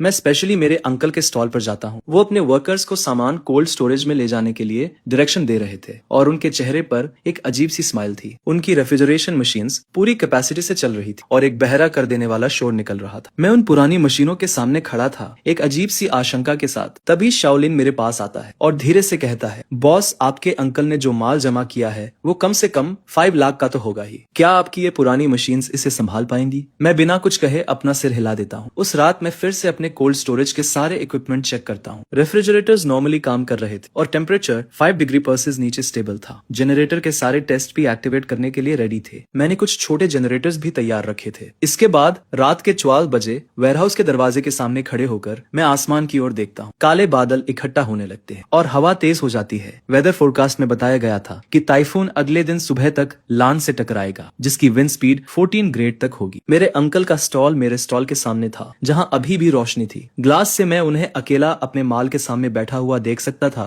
उनके चेहरे पर एक उम्मीद भरी स्माइल थी। उन्हें लग रहा था कि ये टाइफून उनके दोबारा उठने का मौका है, पर उन्हें क्या पता था कि यही उनकी बर्बादी का कारण बन सकता है। अगले दिन टाइफून और करीब आ गया। आसमान एकदम ग्रे था। हवा की स्पीड 8 ग्रेड तक पहुंच चुकी थी और मार्केट के कई स्टॉल्स जल्दी बंद होने लगे थे। तूफान से निपटने की तैयारी करते हुए मैंने शाओलिन को सारे इक्विपमेंट दोबारा चेक करने को कहा ताकि कोई प्रॉब्लम ना हो। अलायंस के मेंबर्स भी टाइफून के बाद काम करने के लिए तैयार थे। फिर शाम को 4 बजे मुझे ओल्ड चेन का फोन आता है। वो कहता है कि टाइफून उम्मीद से ज्यादा स्ट्रॉन्ग है और मुझे बहुत ध्यान रखने की जरूरत है। उनके सारे शिप्स वापस पोर्ट पर आ गए थे और डॉक खाली कर दिया गया था। मैं जवाब देता हूँ, आप चिंता मत करो, मैं पूरी तरह से तैयार हूँ। फोन रखने के बाद मैं कोल्ड स्टोरेज के सामने खड़ा हो जाता हूँ। आसमान को अंधेरा होते हुए देखता हूँ। हवा और तेज तेज हो जाती है और बारिश की कुछ बूंदें गिरने लगती है। मेरे अंकल के स्टॉल में वो अभी भी काम कर रहे थे, लेकिन मैंने देखा कि उनके रेफ्रिजरेटर नंबर 3 की स्क्रीन फ्लिकर कर रही है और टेम्परेचर अनस्टेबल हो रहा है। मुझे एक झटका लगता है। मैं उस मशीन को बहुत अच्छे से जानता था। यह खराब होने का साइन था। टाइफून फाइनली लैंड से टकरा गया और बारिश के साथ तेज हवा शहर में तबाही मचाने लगती है। शहर में लगे सारे एडवर्टाइजिंग पोस्टर्स फट चुके थे, पेड़ बीच से टूट गए थे और मार्केट में अंधेरा छा गया था। सिर्फ कुछ दुकानों की इमरजेंसी लाइट्स ही जल रही थी। हम सब बस इधर उधर देख रहे थे। मैं और शाओलिन कोल्ड स्टोरेज की निगरानी कर रहे थे। हम इक्विपमेंट के फंक्शन पर ध्यान रख रहे थे। सिस्टम नॉर्मल तरीके से काम कर रहा था, टेम्परेचर स्टेबल था और बैकअप पावर सप्लाई भी किसी भी वक्त के लिए तैयार थी। शाओलिन खिड़की के पास खड़ा बाहर देख रहा था। तभी वो अचानक बोला, बॉस, लगता है तुम्हारे अंकल की दुकान पर कुछ हुआ है। मैं भी उसके पास गया और बारिश में देखने लगा। मेरे अंकल की दुकान में अंधेरा था। उनके सारे रेफ्रिजरेटर्स बंद थे और वो टॉर्च की रोशनी में इधर उधर घूम रहे थे। शाओलिन ने कहा, बॉस, उन्होंने बैकअप का कोई इंतजाम नहीं किया था। बॉस, अगर पावर नहीं आई तो उनका सारा सामान खराब हो जाएगा। मैंने कुछ नहीं कहा और अपने इक्विपमेंट की निगरानी करता रहा। तूफान पूरे 6 घंटे चला। फिर धीरे धीरे हवा और बारिश कम होने लगी। आसमान साफ होने लगा और मैं कोल्ड स्टोरेज से बाहर निकला। मार्केट में सब कुछ तहस नहस हो गया था। हर जगह डेड सी फूड फैला हुआ था। दूर से ही सड़ने की बदबू आ रही थी। शाओलिन बोला, बॉस, तुम्हारे अंकल का तो सब खत्म हो गया। 6 घंटे तक लाइट नहीं थी और सारे रेफ्रिजरेशन मशीन्स बंद थे। 5 लाख का माल खराब हो गया। मैं भी जाकर देखने लगा। किंग क्रैब्स, ऑस्ट्रेलियन लॉबस्टर्स और स्टार ग्रुपर सड़े हुए मांस में बदल चुके थे। मेरे अंकल वहीं पर खाली नजरों से बैठे थे, जैसे उनकी आत्मा ही निकाल ली गई। मुझे देखकर उनकी आंखों में कई सारे इमोशंस दिखे, लेकिन आखिर में उन्होंने कुछ नहीं कहा, बस सिर झुका लिया। मैं बिना उन्हें देखे वापस मुड़ गया। कोल्ड स्टोरेज में वापस आकर मैंने इन्वेंटरी चेक करना शुरू किया। तूफान में 0 नुकसान हुआ था। सारा सी फूड जिंदा था। मैंने तुरंत अलायंस के मेंबर्स को इन्फॉर्म किया कि हम नॉर्मल सप्लाई कर सकते हैं। सुबह 10 बजे तक मार्केट फिर से शुरू हो गया, लेकिन ज्यादातर दुकानों को पावर कट की वजह से बहुत नुकसान हुआ था और उनके पास बेचने के लिए कुछ नहीं था। सिर्फ मेरा ही गोदाम ठीक से काम कर रहा था। जल्द ही सिर्फ मेरे पास ही स्टॉक था। बड़े बड़े रेस्टोरेंट्स के बायर्स मुझे कॉल करके पूछने लगे कि क्या मैं उन्हें सप्लाई कर सकता हूँ। मैंने हाँ तो कह दिया, पर मैंने कहा कि प्राइसेस मार्केट के हिसाब से ही चलेंगे। तूफान के बाद सी फूड की कमी हो गई थी। प्राइसेस बढ़ गए थे,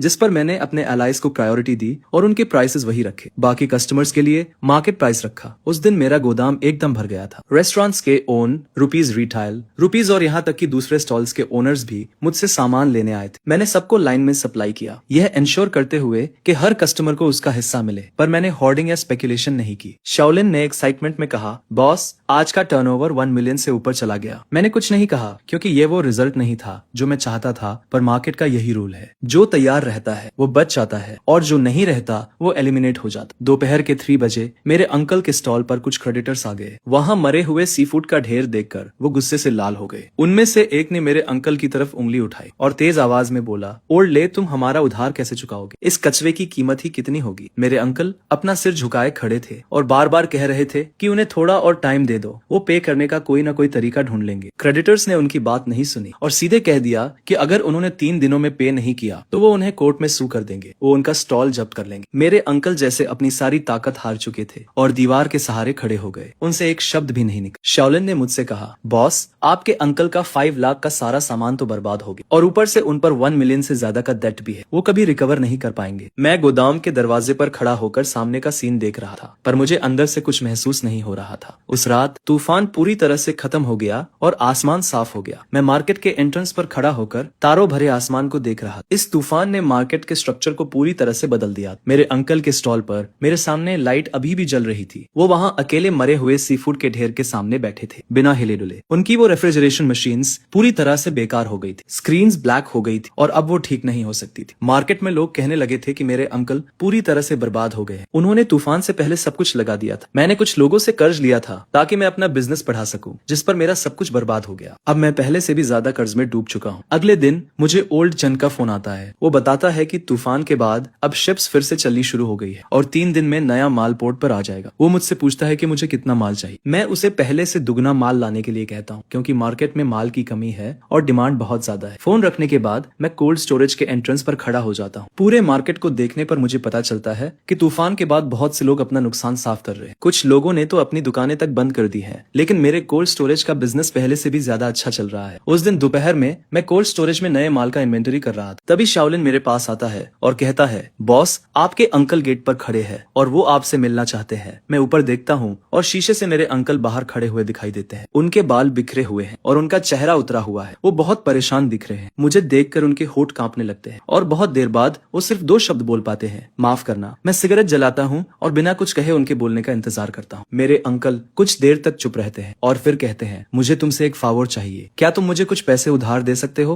मैं उन्हें बिना जवाब दिए देखता रहता हूँ। मेरे अंकल फिर कहते हैं, तूफान की रात मेरा सारा माल बर्बाद हो गया और अब लेनदार हर रोज आ रहे हैं। वो कह रहे हैं कि वो मुझे कोर्ट में ले जाएंगे। मैं पूरी तरह से फंस चुका हूँ। क्या तुम अपने अंकल की मदद नहीं करोगे? हम फैमिली जो है। मैं सिगरेट से राख झटकता हूँ और कामली कहता हूँ, अंकल आपको कितने पैसे चुकाने हैं? मेरे अंकल नजरें झुकाकर कहते हैं, इंटरेस्ट मिलाकर 1.6 मिलियन। मैं कहता हूँ 1.6 मिलियन कोई छोटी रकम नहीं। मेरे अंकल अपनी आंखें थोड़ी लाल करके ऊपर देखते हैं और कहते हैं, मुझे पता है कि मैंने तुम्हारे साथ पहले बुरा किया था। 1,20,000 वाली बात मेरी गलती थी। अब तुम्हारा बिजनेस इतना बड़ा हो गया है कि 1.6 मिलियन तुम्हारे लिए कुछ भी नहीं। बस मुझे उधार दे दो और मैं तुम्हें गारंटी देता हूँ कि मैं तुम्हें वापस कर दूंगा। मैं उन्हें देखता हूँ और कहता हूँ, अंकल आप मुझे वापस कैसे करेंगे? मेरे अंकल हैरान होकर जवाब देते हैं, मेरे पास अभी भी वो स्टॉल है, भले ही उसकी कीमत अब ज्यादा ना हो, लेकिन लोकेशन अभी भी अच्छी है। जब मैं ठीक हो जाऊंगा तो तुम्हें ब्याज के साथ पैसे लौटा दूंगा। ये सुनकर मैं हंसता हूँ और कहता हूँ, चाचा क्या सच में आपको लगता है कि आप ठीक हो पाएंगे? मेरी बात सुनकर चाचा एकदम चुप हो जाते हैं। उनका चेहरा शर्म से लाल हो जाता है। मैं आगे कहता हूँ कि तूफान आने से पहले मौसम विभाग ने चेतावनी दी थी कि सबको जनरेटर तैयार रखना चाहिए, लेकिन उन्होंने कुछ नहीं किया और डेस्परेशन में आकर सूदखोरों से कर्ज लेकर सामान भर लिया। ये तो उनकी अपनी गलती थी। अब जब सब कुछ गलत हो गया है तो मुझसे पैसे मांगने आ गए। किस हक से? मेरे चाचा कहते हैं, अरे हम तो परिवार है। मैं जवाब देता हूँ, चाचा जब मुनाफा बांट रहे थे तब तो मुझे परिवार नहीं समझा। 3065 दिन साल भर मैं तुम्हारे लिए काम करता रहा और तुमने मुझे सिर्फ 1,20,000 दिए, ये कहकर कि मैं तो बस सस्ता मजदूर हूँ। अब जब तुम मुश्किल में हो तो तुम्हें याद आ रहा है कि हम परिवार है। मेरे चाचा एकदम चुपचाप खड़े रह जाते हैं, जैसे उनकी सारी ताकत ही चली गई हो। मैं सिगरेट बुझाता हूँ और कहता हूँ, चाचा मैं तुम्हारी मदद कर सकता हूँ, लेकिन पैसे उधार देकर नहीं। ये सुनकर चाचा की आंखें चमक उठती हैं और वो कहते हैं, अरे बताओ, जब तक मैं इस क्राइसिस से उबर जाऊं मैं तुम्हारी हर शर्त मानने को तैयार हूँ। मैं कहता हूँ, तुम अपनी पोजीशन मुझे दे दो और मैं 1.6 मिलियन लगाकर तुम्हारे सारे कर्ज चुकाने में मदद करूंगा। मेरी बात सुनकर चाचा एकदम सन्न रह जाते हैं, बहुत देर तक कुछ नहीं बोलते। मैं उन्हें समझाता हूँ कि अब वो पोजीशन सिर्फ एक खोखला शेल है और सारे कूलिंग सिस्टम बेकार हो चुके हैं, कस्टमर्स भी जा चुके हैं और अगर वो मुझे नहीं देंगे तो लेनदार कोर्ट के जरिए उसे जब्त कर लेंगे। जब्त होने से बेहतर है कि वो मुझे बेच दे, कम से कम इससे उनके सारे कर्ज तो चुकता हो जाएंगे और वो जेल जाने से भी बच जाएंगे। मेरे चाचा का चेहरा पीला पड़ जाता है और होठ कांपते हुए वो कहते हैं, अरे ये पोजीशन तो 10 साल की मेरी मेहनत का फल है। जिस पर मैं कहता हूँ कि मेहनत से कर्ज नहीं चुकाए जाते। अब उनके पास सिर्फ 2 ऑप्शन, या तो वो पोजीशन मुझे दे दें, अपने कर्ज चुकाएं और नई शुरुआत करें, या फिर मुकदमे का इंतजार करें, पोजीशन जब्त हो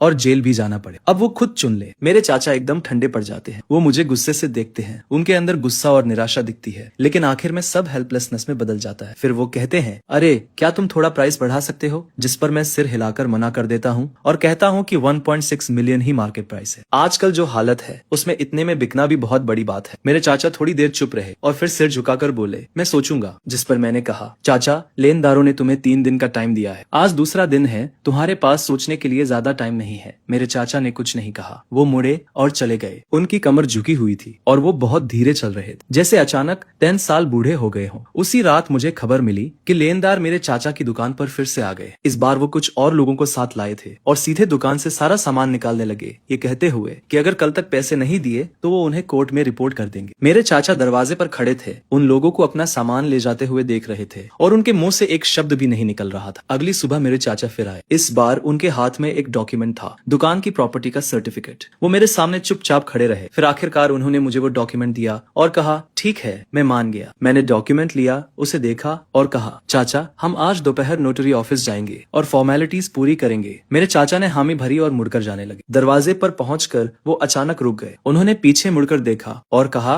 तुम जीत गए। मैंने कुछ नहीं कहा, मैं बस उन्हें जाते हुए देखता रहा। उसी दोपहर मैंने फॉर्मेलिटीज पूरी की और तुरंत रेनोवेशन शुरू कर दी। पुरानी दुकान को तोड़कर कोल्ड स्टोरेज को बड़ा करने लगा। मैं वेयरहाउस के एंट्रेंस के सामने खड़ा था, उस दुकान को देख रहा था जो जल्द ही मेरी होने वाली थी। वो साइन बोर्ड जो 10 सालों से वहाँ लगा हुआ था अभी भी लटका हुआ था, लेकिन जल्द ही उसे एजी फूड से बदल दिया जाएगा। ट्रांसफर एग्रीमेंट पर साइन करने के बाद मैंने दुकान की रेनोवेशन शुरू कर दी और एक प्रोफेशनल टीम को हायर किया। मैंने अपने चाचा की पुरानी दुकान को अपने कोल्ड स्टोरेज से मिला दिया, पार्टीशन वॉल को गिरा दिया और स्पेस तुरंत डबल हो गया। मैंने 6 नई इंपोर्टेड रेफ्रिजरेशन मशीन्स का ऑर्डर दिया जो सबसे एडवांस टेम्परेचर कंट्रोल सिस्टम्स और बैकअप पावर सप्लाई से इक्विप थी। मैंने डिलीवरी व्हीकल्स की संख्या बढ़ाकर 5 कर दी, जिससे मैं ज्यादा कस्टमर्स को सर्विस दे सकूं। रेनोवेशन के दौरान मार्केट में तरह तरह की बातें हो रही थी। कुछ लोग कह रहे थे कि मैं बहुत निर्दयी हूँ जो अपने चाचा को भी नहीं छोड़ता। कुछ लोग कह रहे थे कि अगर मेरे अंकल ने उस वक्त बेहतर बर्ताव किया होता तो उनका ऐसा हाल नहीं होता। मैंने उन बातों पर ध्यान नहीं दी और बस अपने काम पर फोकस किया। एक हफ्ते बाद मेरी नई दुकान बनकर तैयार हो गई। एक बहुत बड़ी जगह थी, लगभग 1000 स्क्वायर मीटर्स की। 6 नई रेफ्रिजरेशन मशीन्स एकदम परफेक्ट लाइन में लगी हुई थी। डिलीवरी ट्रक्स दरवाजे पर पार्क किए हुए थे और सी फूड डिस्ट्रीब्यूटर का साइन सूरज की रोशनी में चमक रहा था। मैंने कोई सेरेमनी नहीं की, बस अलायंस मेंबर्स और कुछ इंपॉर्टेंट कस्टमर्स को बता दिया, लेकिन खबर फिर भी फैल गई। लगभग पूरा मार्केट ही देखने आ गया। बॉस जान कई रेस्टोरेंट ओनर्स के साथ मुझे बधाई देने आए। उन्होंने बिजनेस का साइज देखा और अपनी थंब ऊपर करके कहा, वाह, कुछ ही महीनों में तुमने मार्केट को इस तरह से इंटीग्रेट कर लिया, यह तो कमाल है। अलायंस मेंबर्स भी आए। 13 रिटेलर्स नई दुकान के सामने चेहरे पर स्माइल लिए खड़े थे। उन्होंने कहा कि तुम्हारे साथ काम करके इन 2 महीनों में हमने पिछले पूरे साल से ज्यादा कमाया है। मैंने कहा,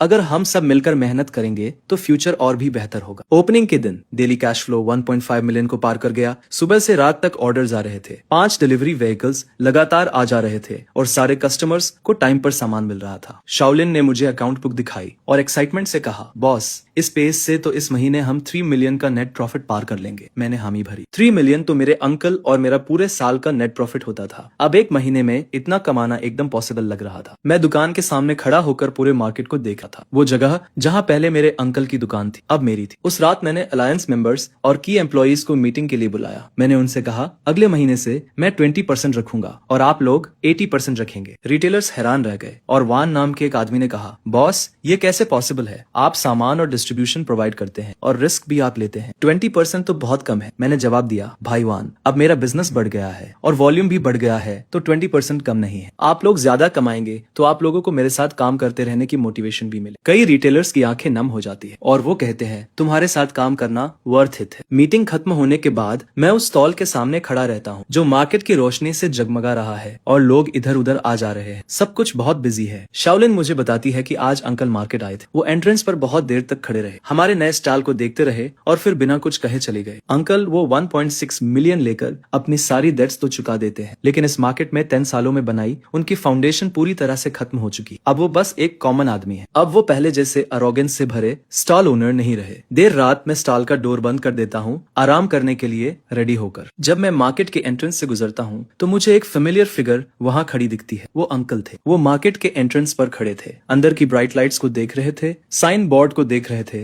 वो साइन बोर्ड एक कॉम्प्लेक्स लुक के साथ। मैं उनके पास जाता हूँ। मैं उनके बगल में बिना कुछ कहे खड़ा हो जाता हूँ। काफी साइलेंस के बाद अंकल मेरी तरफ देखते हैं। फाइनली वो कहते हैं, आइए अच्छा काम करो। ये कहकर वो मुड़ जाते हैं और चले जाते हैं। अब उनमें वो पहले वाली स्टॉल ओनर वाली बात नहीं रही। 1,20,000 से अब तक 3 मंथ से भी कम टाइम में मैं टोटल काउंटर अटैक कर देता हूँ। मार्केट का सबसे बड़ा स्टॉल, सप्लाई का सबसे स्टेबल सोर्स, सबसे क्वालिटी वाले कस्टमर्स, सब कुछ मेरे हैंड्स में है। ये मार्केट अब मेरा है। ईयर एंड होने वाला है। ये ईयर जब मैंने ब्रेकअप के बाद 1,20,000 से स्टार्ट किया था, तब से पूरे मार्केट को कंट्रोल करने तक ऐसा लगता है जैसे पूरी लाइफ बीत गई। उस नाइट मैंने सारे एम्प्लॉइज और अलायंस मेंबर्स को इकट्ठा किया और नए स्टॉल पर 10 से ज्यादा टेबल्स लगे। सियोलिन, ओल्ड चेन, ओल्ड हान, ओल्ड जो और 13 रिटाइल रुपीज, वो सभी जिन्होंने फॉलो किया, वो पूरी टीम जो मेरे साथ फाइट करती है, सब यहाँ है। मैं उठता हूँ, अपना कप उठाता हूँ और कहता हूँ, इस ईयर सपोर्ट करने के लिए आप सभी का थैंक्स। आज ईयर एंड के प्रॉफिट्स को बांटने का डे है और मैं अपना प्रॉमिस पूरा करता हूँ। शाओलिन को सबसे पहले उसका शेयर मिलता है। मैं उसे 2 लाख का रेड एनवेलप देता हूँ। उसकी स्टार्टिंग सैलरी 12,000 पर मंथ थी और मैंने उसे ईयर एंड बोनस का प्रॉमिस किया था और वो अच्छा काम करती है। वो 2 लाख वो डिजर्व करती है। 13 रिटेलर्स को भी उनका शेयर मिलता है। अग्रीमेंट के अनुसार प्रॉफिट शेयरिंग 80 से 20 थी। उन्हें बिगेस्ट पार्ट मिलता है। हर किसी को सैकड़ों हजारों मिले, कुछ को तो मिलियन से भी ज्यादा। शाओलिन और बाकी रिटेलर्स इतने खुश थे कि उनसे बोला भी नहीं जा रहा। दूसरों के लिए काम करते हुए वो लोग पूरा साल जी तोड़ मेहनत करते थे और मुश्किल से 1 लाख कमा पाते थे। आय के साथ कुछ महीने काम करने के बाद उन्होंने पिछले कई सालों से ज्यादा कमा लिया। मैंने कहा, अगर सब लोग मुझे फॉलो करते हैं तो मैं किसी को निराश नहीं करूँ। चलो अगले साल और मेहनत करते हैं, ये और भी बेहतर होगा। पुराने चेन और बाकी शिप कैप्टन्स भी आए और मैंने हर एक को खूब सारे गिफ्ट्स दिए। इस साल सपोर्ट करने के लिए उनका शुक्रिया अदा किया। पुराने चेन ने मेरी पीठ थपथपाई और कहा, आए, तुम एक लॉयल और बहादुर लड़के हो। हमने तुम पर ट्रस्ट करके कोई गलती नहीं की। काफी ड्रिंक्स के बाद माहौल और भी गर्म हो गया। कुछ रिटेलर्स इन महीनों में जो हुआ उसे याद करने लगे। वो बता रहे थे कि कैसे शुरुआत में मार्केट में किसी को मुझ पर भरोसा नहीं था। वो सोचते थे कि मैं इतना जवान होकर अपने अंकल को कैसे हरा पाऊंगा, लेकिन किसने सोचा था कि कुछ ही महीनों में सिचुएशन पूरी तरह से बदल जाएगी। मार्केट खत्म हो गया और काफी देर हो चुकी थी। मैं स्टॉल के सामने खड़ा था, तभी शाओलिन आई और उसने मुझे एक अकाउंट बुक दी। उसने कहा कि ओपनिंग से लेकर अब तक टोटल कैश फ्लो 23 मिलियन है और नेट प्रॉफिट 8.5 मिलियन है। मैंने बुक ली और नंबर्स देखे। पिछले साल अंकल के साथ पूरा साल काम करके टोटल फ्लो 5 मिलियन से ज्यादा था, नेट प्रॉफिट 2.85 मिलियन था और मुझे सिर्फ 1,20,000 मिले थे। इस साल खुद के लिए 3 महीने से भी कम काम करके नेट प्रॉफिट पिछले साल से 3 गुना ज्यादा था। इस साल मुझे बहुत कुछ समझ आया। रूल्स तभी मायने रखते हैं जब वो तुम्हारे हाथ में हो। कैपिटल उसका था, रिलेशंस उसके थे, इसलिए वो डिसाइड करता था। अब स्टॉल मेरा है, सप्लाई मेरी है, कस्टमर्स मेरे हैं, मैं डिसाइड करता हूँ। लेकिन मैं अपने अंकल की तरह नहीं बनूंगा जो सिर्फ मुझे एक्सप्लॉइट करने की चिंता करते थे। आखिर में वो अकेले रह गए और उन्हें धोखा मिला। मुझे वो करना चाहिए जिससे जो लोग मुझे फॉलो करते हैं वो भी पैसा कमाए। सिर्फ तभी हम और आगे बढ़ पाएंगे। शाओलिन मुझे बताती है कि मेरे अंकल अब एक छोटे से रेस्टोरेंट में किचन में काम करते हैं। स्टॉल का ओनर होने से एक एम्प्लॉय बनने तक ये कॉन्ट्रास्ट ऐसी चीज नहीं है जिसे कोई भी सहन कर सके, लेकिन ये उनकी अपनी पसंद थी जिस तरह से उन्होंने मेरे साथ बिहेव किया था। अब वो वैसा ही रिएक्ट कर रहे हैं। आधी रात को मैं दुकान का दरवाजा बंद करता हूँ। न्यू ईयर की बेल्स बजने वाली है और मार्केट में पटाखे फोड़े जा रहे हैं। मैं सी फूड होलसेलर के साइन के नीचे खड़ा हूँ। अपनी 1000 स्क्वायर मीटर की दुकान को देखता हूँ, उन 6 नई रेफ्रिजरेशन मशीन्स को देखता हूँ, एंट्रेंस पर खड़ी मेरी 5 कोल्ड चेन ट्रक्स को देखता हूँ जिनकी कीमत 1,20,000 से 8.5 मिलियन तक है। एक एक्सप्लॉयटेड एम्प्लॉय से मार्केट का सबसे बड़ा सप्लायर बनने में मुझे 3 महीने से भी कम समय लगा। इस साल मैंने सबसे इंपॉर्टेंट चीज सीखी, रूल्स तुम्हें असली कॉन्फिडेंस तभी देते हैं जब वो तुम्हारे हाथों में हो। तभी शाओलिन मेरे पास आता है और कहता है, बॉस हैप्पी न्यू ईयर। मैं मुस्कुराता हूँ और कहता हूँ हैप्पी न्यू ईयर। दूर आसमान में कलरफुल लाइट्स के साथ फायरवर्क्स खेलने लगते हैं जो पूरे मार्केट को रोशन कर देते हैं। मैं दुकान के डोर पर खड़ा हूँ और ये सब देखकर मेरा दिल शांत हो जाता है। अगले साल मैं और भी ग्रो करना चाहता हूँ। मैं सिर्फ इस मार्केट को कंट्रोल नहीं करना चाहता बल्कि बिजनेस को पास के सिटीज और उससे भी आगे एक्सपांड करना चाहता हूँ। लेकिन अभी मैं सिर्फ घर जाकर अपनी माँ के साथ न्यू ईयर्स ईव डिनर करना चाहता हूँ। मैं अपना फोन निकालता हूँ और उसे मैसेज करता हूँ, माँ मैं कल घर आऊंगा। फोन तुरंत रिप्लाई करता है, ठीक है माँ, तुम्हारा इंतजार कर रही है। मैं फोन रखता हूँ, दुकान का डोर लॉक करता हूँ और ड्राइव करके मार्केट से निकल जाता हूँ। रेयर व्यू मिरर में सी फूड होलसेलर का साइन दिखता है।